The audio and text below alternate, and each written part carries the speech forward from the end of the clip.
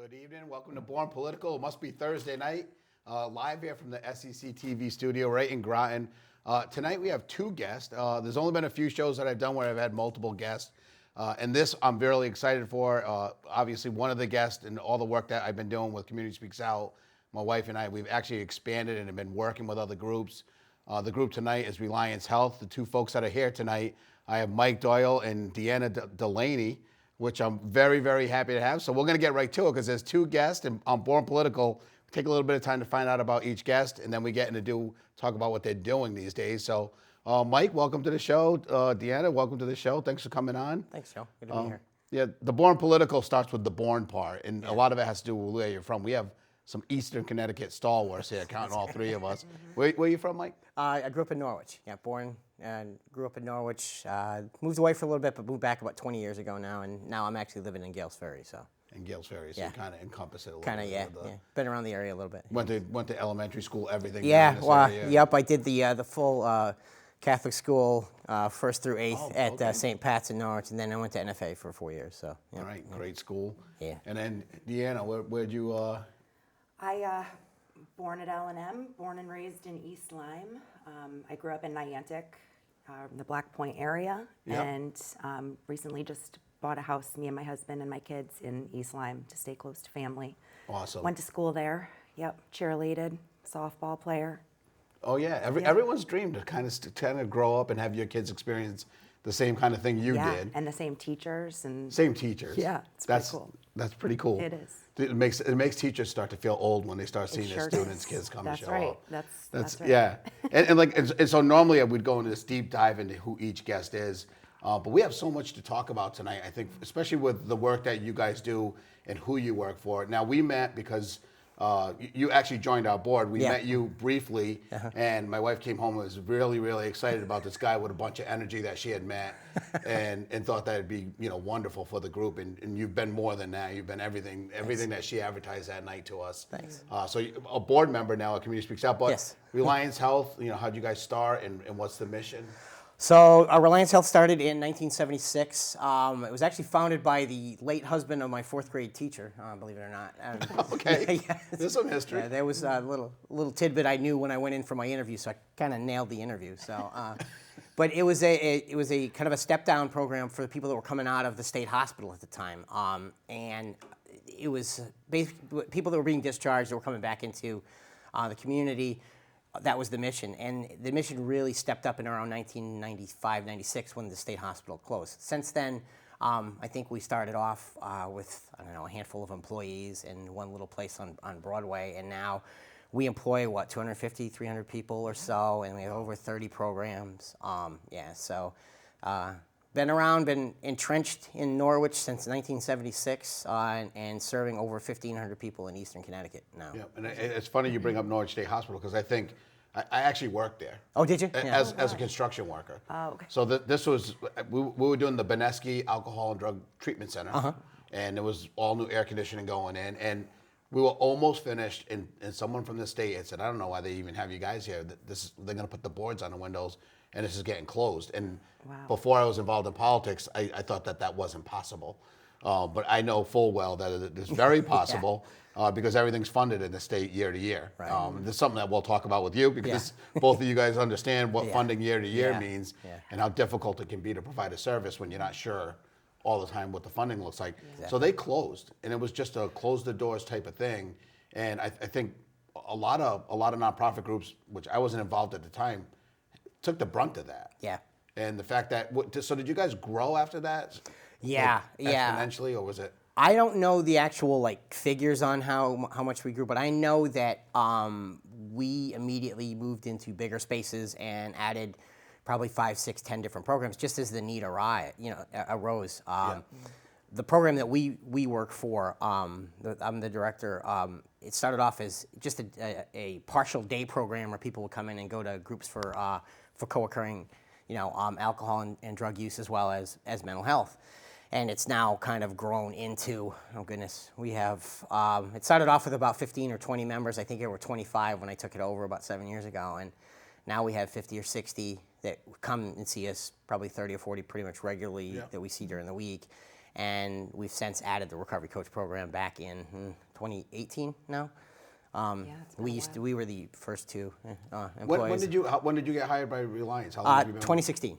2016. Yeah. So still relatively new, but hit the ground running because you knew everything that was happening. I was a drug and alcohol counselor out in Rhode Island for several years before that. So this opportunity popped up, and an opportunity to help out in your hometown, the town you grew up in, the town you went to high school Makes a in. difference. Yeah, it was kind of a unique opportunity, and I jumped at it, and Never look back. no, haven't looked back. Haven't stopped much either. So.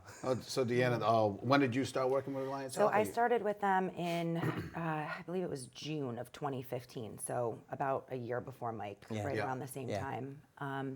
I got my recovery coach certification in 2010. So I was working at, I've worked kind of everywhere, Stonington Institute. I've worked at like some group homes in Middletown and Weathersfield area. And I was really looking for a place that I could use my recovery coach certification. Yeah. And when I applied at Reliance Health, it was actually for a case management position. It didn't really have anything to do with the substance abuse stuff or my certification. But and I didn't really know much about Reliance Health, but I got in there as a caseworker, and I became the caseworker that got all of the individuals who struggled with substance use. So it worked out really well. So I got to use, the information that I got from the recovery coach program in that way to kind of help the people on my caseload. And then when I met Mike, he was, running the Penobscot Day program, and I would go there to get food bags for my members who needed food. And, we got to know each other a little bit, and he had this idea about starting the recovery coach program, and he put it in Carrie Dyer, our CEO's ear, and it happened so fast. It blew up, and he was like, "I want you. You're going to be my coach." And I transferred right out of case management into that recovery coach role, and it was just kind of me and Mike against Southeastern Connecticut. For about a year. Yeah, for a year. We worked with 211. We had a pilot program going with them. And the program's grown. Now there's 4 coaches. I'm one of 4.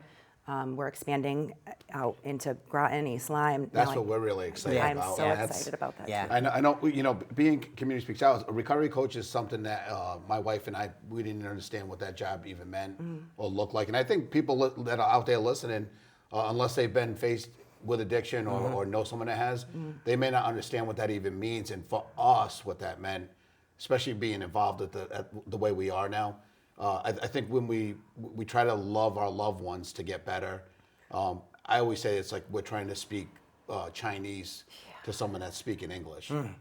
You just can't make that connection. Yeah. So when we heard you even coming down here, so who's not listening out there, let's talk about what a recovery coach even is. Yeah, Because I think a lot of people may not know, but for us, we're excited. But so what's the, even getting a certificate in 2010, so this has been around for a while. Yeah. So I think I was in the second class for the RSS certification through Advocacy Unlimited, which is the recovery support specialist was the certification that I got. So I got in there really early, and now Mike actually facilitates the CCAR recovery coach training, so he could speak a little bit more to that. But just basically, I have the lived experience, so I can connect with people on a peer level, and I come from a place of deep understanding. I'm in recovery from heroin addiction. I'm very grateful that I got clean before this whole fentanyl epidemic hit. This is like a whole new ball game, but I can identify on that level. I know the struggles of withdrawal. I know the struggles of the family problems that it brings, and the treatment system and how complicated and stressful that can be on somebody trying to get clean. So I kind of bring that experience, and I can meet people and talk with people in that language that you were just talking about. I speak that Chinese. Yeah, and it's a hard language to speak because I look at you guys as almost interpreters because, again, me and Tammy and I learned a lot about our loved one because we had to.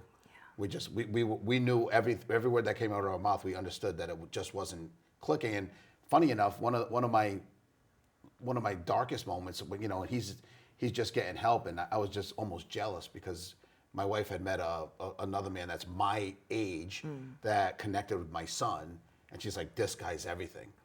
Joey can talk to him, but he was in recovery, in long-term recovery, and I'm thinking, why? He can talk to me. Like, I've been there, and then, I was almost not jealous or mad. It was hard to say how I felt. I was upset, because here I am trying to do everything I can. It's not successful. He meets this guy that's same age as me that, like, what can he do that I can't? I coached him baseball, I did all these things. Yeah. But there was a language barrier between me and my son. And it was obvious. And so my wife took the coaching class through you, which I think most folks are normally in recovery that take recovery coach. But my wife went through the class and said she's really glad she took it. Yeah. So to kind of just put a little kind of spin on that, the Recovery Coach Academy and working with CCAR and working in the recovery coaching field, you don't necessarily have to be in recovery to go through the class to be a recovery coach. What Deanna and I also have the lived experience being I'm a recovering alcoholic. I've been in recovery for a couple of days now. Having that lived experience for me helped even when I was a counselor. There were so many counselors that were in there that didn't, that weren't in recovery or didn't quite understand it, and I can immediately make a connection with somebody because I'm like, hey, it may not be the same drug that we did. I'm an alcoholic, but your drug of choice was heroin. But I understand feeling lousy every single morning and having to take a drink in the morning so that I could, function, to do that, But as far as the Recovery Coach Academy goes, it's basically anybody that wants to help others with addiction, So we talk about people in recovery. We talk about people that are friends or family of people in recovery. We talk about people that are allies of recovery. You could be all three. You could be one of three. It doesn't matter as long as that's what the purpose was there. And that was fun having her in the class. So I think those classes, just like the meetings that we have at Community Speaks Out, it's when you have all perspectives. Yeah. We had a gentleman speak, and we just talked about it. He said something that was really deep. That I think would be taken differently by people who are in recovery. It's like, I was there, I understand. And then for a parent to be in the same group and say, oh my God, that's what my loved one's going through. Yeah. And that's why I think the communication has to be all of us. And that's why I think Tammy got so much out of it. Yeah. She really, she was exhausted too, thank you. Like, what's funny is you go to a class, you say, oh, what'd you do? You just sat in the class. No, they put you in uncomfortable positions and they make you think of how you really feel about things, and it's exhausting, but great too. That was funny because it was the first thing I said to people. I'm like, we're gonna do a lot of stuff this week that's gonna make you squirm in your seat a little bit. Yep. Trust the process. There's a reason. There's a method behind the madness and all that. But one of the things that we tell people right out of the gate is we're gonna stretch your comfort zones a little bit. Yeah. And you need that stretching to grow and to grow your perspective. And one of the people that were in the class, I remember they came in and they had their mindset was you can only get clean this way. You can only stay sober this way. There's only this way that works. And after the first day, he came up to me the next day and he goes, I want to tell you, you changed my perspective. I now have a little bit more of an open mind. And I'm like, really? We only did day one. I haven't even done anything yet, So, but it was awesome to see that. Yeah. Yep. And even though it's just a 5-day course, I saw so much change and so much growth and so many people in there because you'll touch on things that, that have kind of purpose and meaning to them to where it's like, oh, okay, I see that now from a different set of eyes. And coming from where you see, I don't have the perspective that you do, Joe, and you have so much more that you bring to the table in that perspective than I do. I could come from the lived experience and I could come from having worked in the field, but I have not had a family member have to go through it. So that's why I think we have to get everybody in the room together. And I want to talk about too, Deanna, we're excited. Most people don't understand how, like Tammy's been like almost giddy because to have a coach, we haven't had a coach and really in Eastern Connecticut, it was Norwich and above pretty much. And that was a large part due to what Reliance has done and what Mike has done. But now you're going to be coming this way, and we're really excited.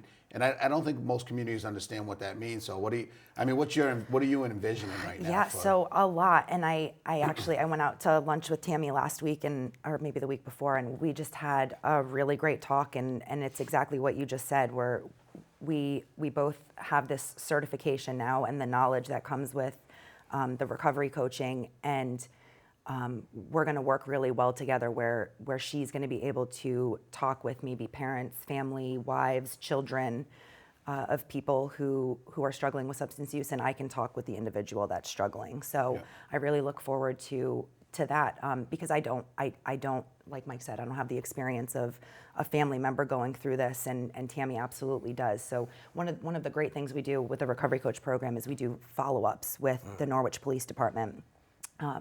We get the information of the individual who's survived an overdose in Norwich, and we go to their home. I'll go to their home with a uniformed police officer, just knock on their door and follow up, let them know that we heard about the overdose. Nobody here is in trouble. We are here to help. We're here with a bag that has Narcan and some resources about help that they can get if they are looking for treatment, or if they just want a recovery coach that they can talk to, somebody that understands. I explained to them that I've been there. I've gone through what they're going through. We have a lot of people that overdose multiple times. We go to their house every month. Now, is that a plan? Have you spoke with the Groton Police Department? Is that something that you're going to try to do? It's absolutely something we're going to work on in Groton for sure. And also, East Lyme, Waterford, we're going to try to talk to the departments everywhere. We have some great officers in Norwich that are willing to come to meetings with us and vouch for the program, because it helps meet people where they're at, and it makes their job easier. Groton was the first PARI program that basically we brought the Gloucester chief down. They have been wide open. We have seen barriers in other towns. We have. Of course. I really suspect that Chief Fasaro would love to meet you guys. And I know him. You know him. Yeah. But I think he's really wrapped his head around this. And I love what you said there, because for me, connecting police officers back to people that they had saved. Yeah. And showing them, because every time that we go and speak with police, we were doing turnovers. So at shift turnovers, they tell the guys what to be on the lookout for. If someone's cutting mufflers, they hear all the stuff, right? And what kind of car they may want to look out for. But they never get the good news. And we'd walk in and say, hey, that girl that overdosed like 6 times, they're like, oh my God, is she gone? Like, no, she's in recovery. It's been 2 years. So awesome. She can't come home. She's not ready, but she's in California. She's kind of like mother hen of a house now, and she's helping people in recovery.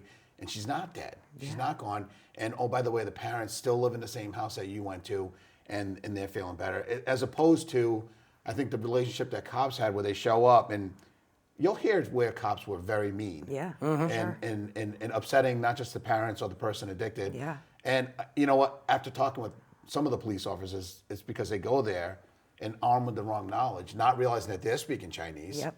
They're saying, you're such a piece of garbage.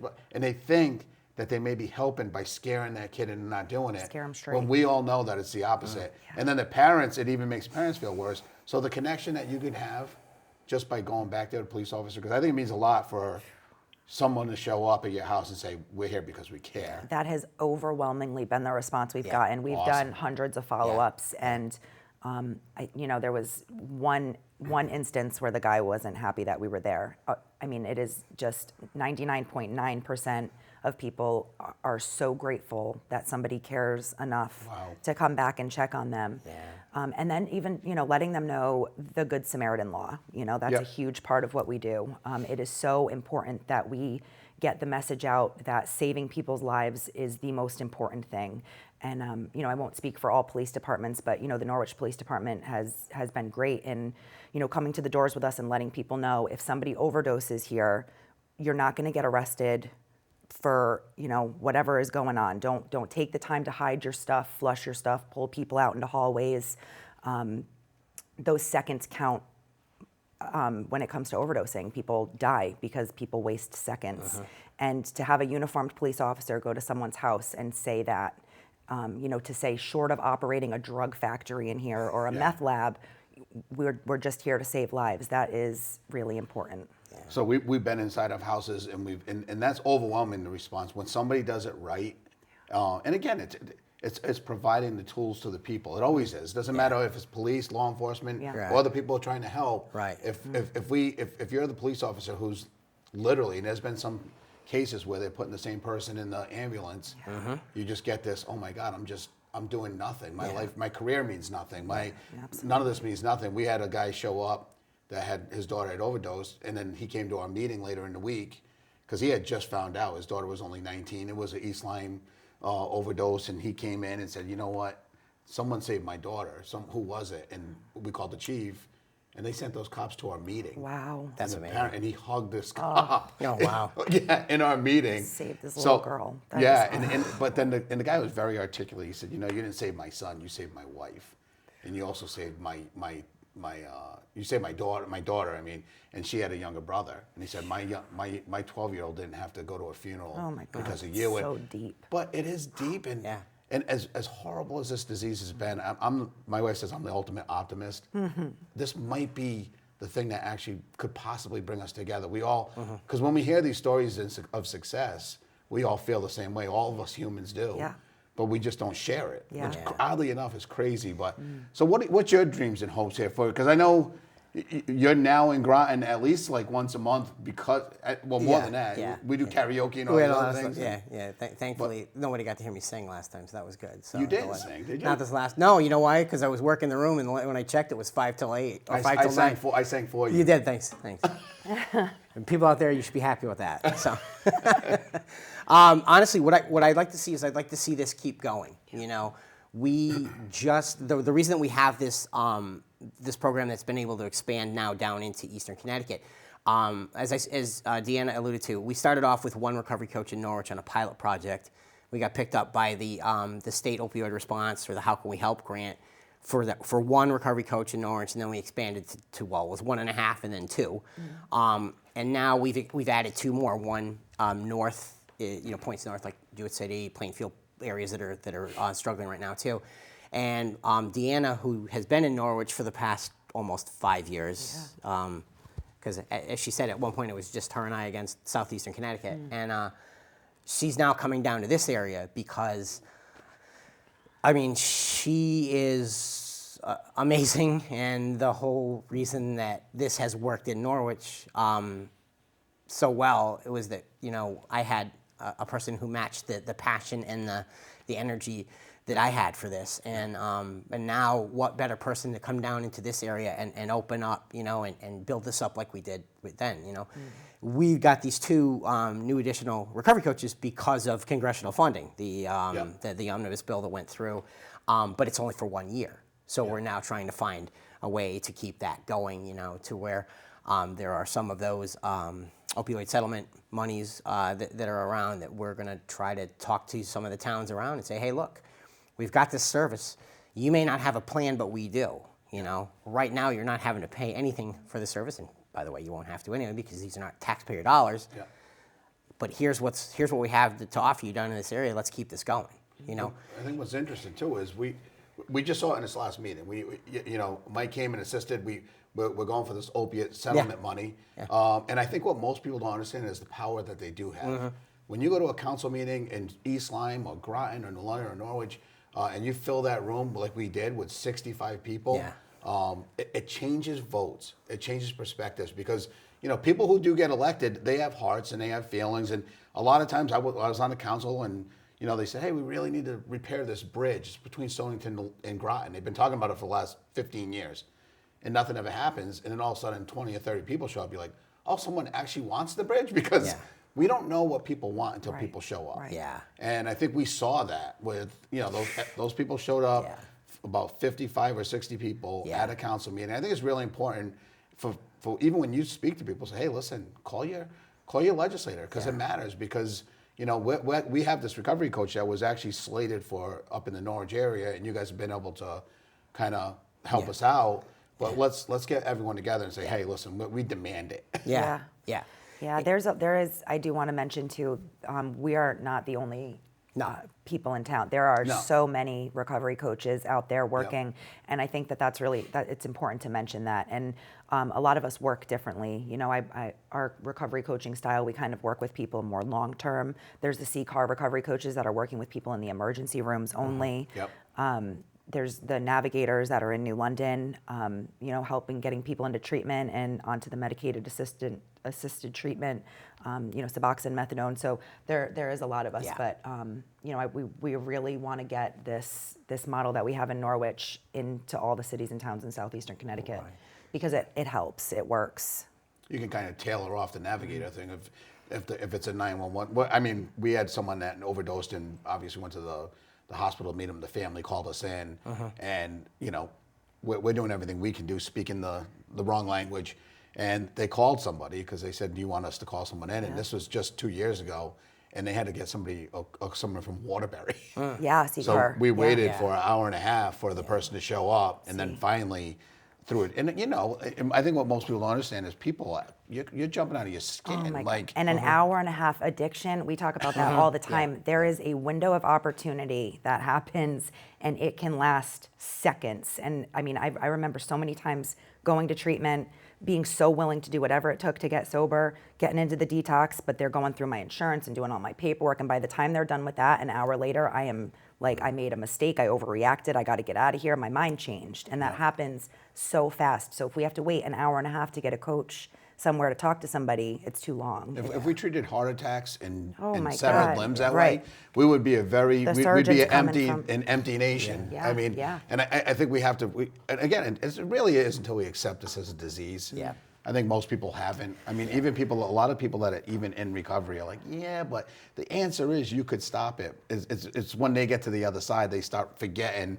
how very difficult it is. Yeah. And we only have 2 minutes. I told you this was going to be the fastest that did go half fast. hour. And it goes really fast. So, you know, so Reliance Health, if someone needs help from Reliance Health, like, what would you call or how'd you find you? So if you're looking to get in touch with, the main number for Reliance Health is 860-887-6536. If you're looking to get in touch with the Recovery Coach program, you can use that number and it's extension 525, or direct dial for that is 860-383-7425, or, you know. Or my hotline cell phone. Yeah, you got phone Deanna's- numbers up there too. Deanna's hotline phone number is 860, was it 287? 287-0000. You know what's funny is when 1-800-DEANNA. people are in recovery, they ask that about Community Speaks Out. They're like, that's a phone number, but who am I going to get? I'm like, probably my wife or Linda. Yeah. Because, you know, we understand the value in answering the phone. Absolutely. I say we do that, but I'm not the one answering. It's Tammy or Linda. Yeah. But it's good work, right? It's something that we all fit for certain jobs, and I wish I could leave my job. We talked to another guy that left welding. Yeah. Pretty much, and he's working for you, and it's like, man, I would love to be able to do that. And maybe one day I'll be on that side with you guys. Yeah. I'll take the class. Yeah, he finally had enough, and he called me, and he said, you know, he's like, I need to do something else. So we kind of brought him into our. Yeah, he didn't miss a beat either coming on over. So, Perfect fit. Yeah, perfect fit. So. Yeah. So to me, as tough, you know, we're wrapping up here. As tough as this whole thing has been, you know, I would never ever wish this on the human race. What's been happening to us in this last. But the people that I see that come through recovery, the people that are on the other side of it, and especially the way they reach back. Just you guys do unbelievable examples of doing exactly that, reaching back and pulling people back over the line. I think I haven't never seen it more. So guys, next Thursday, I'll see you. This is the Yukon shirt I wore tonight. So we'll see you next Thursday on Born Political. Thanks for having us in your living room. And I'm sure I'll have you guys back one day. Thanks for coming on the show. Absolutely. Hi to my sons, Braden and Johnny.